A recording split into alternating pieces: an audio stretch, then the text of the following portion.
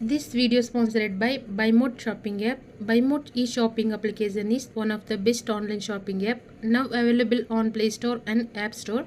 Click below link and install application. Thank you.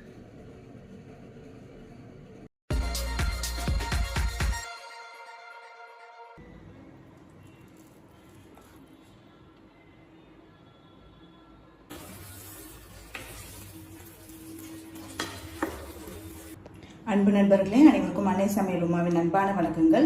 இன்னைக்கு அன்னை சமையல்ல பார்க்க போறது ரவா கேசரி. தேவையான அளவு நெய் சேர்த்துக்கலாம், கொஞ்சம் முந்திரி சேர்த்துக்கலாங்க,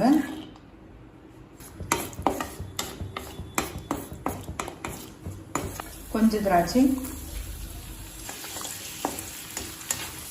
இப்போ முந்திரியும் திராட்சையும் வறுத்தாச்சு. இப்போ அதை தனியாக வச்சுக்கலாம். இப்போ அதே கடாயில் 1 கப் ரவை சேர்த்துக்கலாங்க.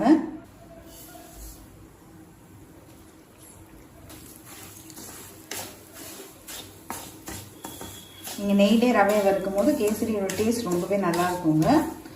ரவை கலர் மாறாத மாதிரி பார்த்துக்கோங்க. நல்லா ஒரு 2லேருந்து 3 நிமிஷம் வரைக்கும் நல்லா ரவையை வறுத்துக்கோங்க.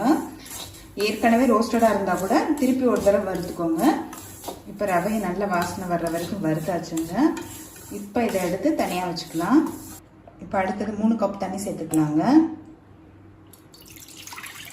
நான் இந்த கப்பில் 1 கப் ரவை எடுத்துருக்கேங்க. நீங்கள் விருப்பப்பட்டீங்கன்னா எந்த கப் வேணால் நீங்கள் மெஷர்மெண்ட்க்கு எடுத்துக்கலாம். அதே இதிலே தண்ணி சர்க்கரையும் எடுத்துக்கோங்க. இப்போ தண்ணி நல்லா கொதிக்கிற வரைக்கும் வெயிட் பண்ணலாங்க. இப்போ இது கூடவே கொஞ்சமாக ஃபுட் கலர் சேர்த்துக்கலாங்க. ஒரு சின்ன சிட்டிகை அளவு உப்பு. இப்போ தண்ணி கொதிக்க ஆரம்பிச்சிருச்சுங்க. இப்போ இதில் கொஞ்சம் கொஞ்சமாக ரவையை சேர்த்துக்கலாம்.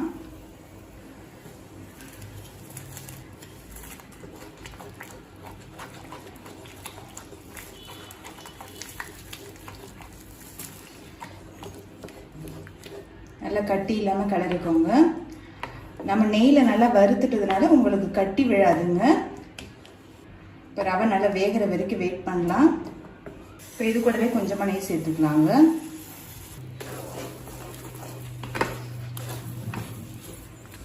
இது மூடி போட்டு ஒரு 2 நிமிஷம் வேகிற வரைக்கும் வெயிட் பண்ணலாங்க. இப்போ ரவை பாருங்கள் நல்லாவே வெந்துருச்சு. இப்போ இது கூடவே 1 கப் சர்க்கரை சேர்த்துக்கலாங்க.